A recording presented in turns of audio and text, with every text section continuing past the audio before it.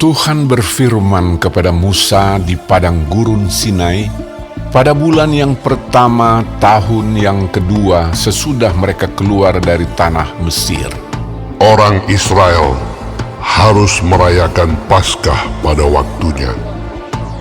Pada hari yang ke-14 bulan ini, pada waktu senja, haruslah kamu merayakannya pada waktu yang ditetapkan, menurut segala ketetapan dan peraturannya. Haruslah kamu merayakannya. Lalu Musa menyuruh orang Israel merayakan Paskah. Maka mereka merayakan Paskah pada bulan yang pertama, pada hari yang ke-14 bulan itu, pada waktu senja di padang gurun Sinai, tepat seperti yang diperintahkan Tuhan kepada Musa. Demikianlah dilakukan orang Israel. Tetapi ada beberapa orang yang najis oleh karena mayat, sehingga tidak dapat merayakan Paskah pada hari itu. Mereka datang menghadap Musa dan Harun pada hari itu juga, lalu berkata kepadanya, "Sungguh pun kami najis oleh karena mayat. Dengan dasar apakah kami dicegah mempersembahkan persembahan bagi Tuhan di tengah-tengah orang Israel pada waktu yang ditetapkan?" Lalu jawab Musa kepada mereka, "Tunggulah dahulu, aku hendak mendengar apa yang akan diperintahkan Tuhan mengenai kamu." Lalu berfirmanlah Tuhan kepada Musa, Katakanlah kepada orang Israel, apabila salah seorang di antara kamu atau keturunanmu najis oleh karena mayat, atau berada dalam perjalanan jauh, maka ia harus juga merayakan Paskah bagi Tuhan. Pada bulan yang kedua, pada hari yang ke-14, pada waktu senja, haruslah orang-orang itu merayakannya, beserta roti yang tidak beragi dan sayur pahit haruslah mereka memakannya. Janganlah mereka meninggalkan sebagian daripadanya sampai pagi, dan satu tulang pun tidak boleh dipatahkan mereka. Menurut segala ketetapan Paskah, haruslah mereka merayakannya.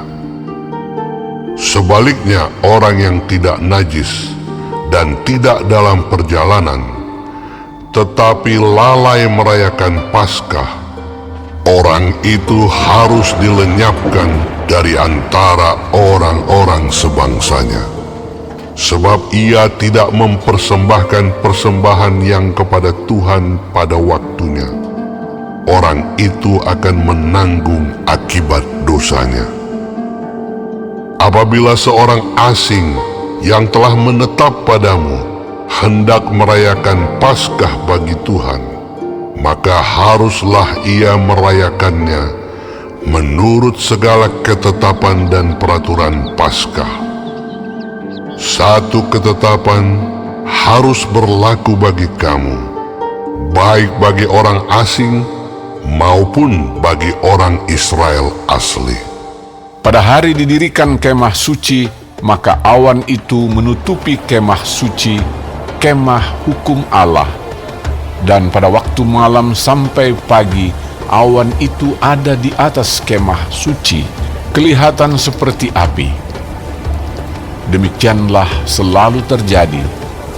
Awan itu menutupi kemah, dan pada waktu malam kelihatan seperti api. Dan setiap kali awan itu naik dari atas kemah, maka orang Israel pun berangkatlah, dan di tempat awan itu diam, di sanalah orang Israel berkemah. Atas titah Tuhan orang Israel berangkat, dan atas titah Tuhan juga mereka berkemah. Selama awan itu diam di atas kemah suci, mereka tetap berkemah. Apabila awan itu lama tinggal di atas kemah suci, maka orang Israel memelihara kewajibannya kepada Tuhan, dan tidaklah mereka berangkat. Ada kalanya awan itu hanya tinggal beberapa hari di atas kemah suci, maka atas titah Tuhan mereka berkemah, dan atas titah Tuhan juga mereka berangkat. Ada kalanya awan itu tinggal dari petang sampai pagi.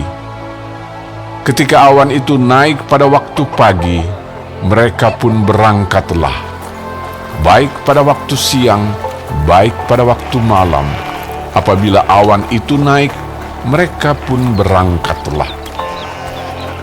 Berapa lama pun juga awan itu diam di atas kemah suci, baik 2 hari, baik sebulan atau lebih lama, maka orang Israel tetap berkemah dan tidak berangkat.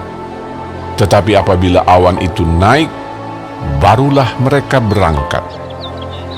Atas titah Tuhan mereka berkemah, dan atas titah Tuhan juga mereka berangkat. Mereka memelihara kewajibannya kepada Tuhan menurut titah Tuhan dengan perantaraan Musa.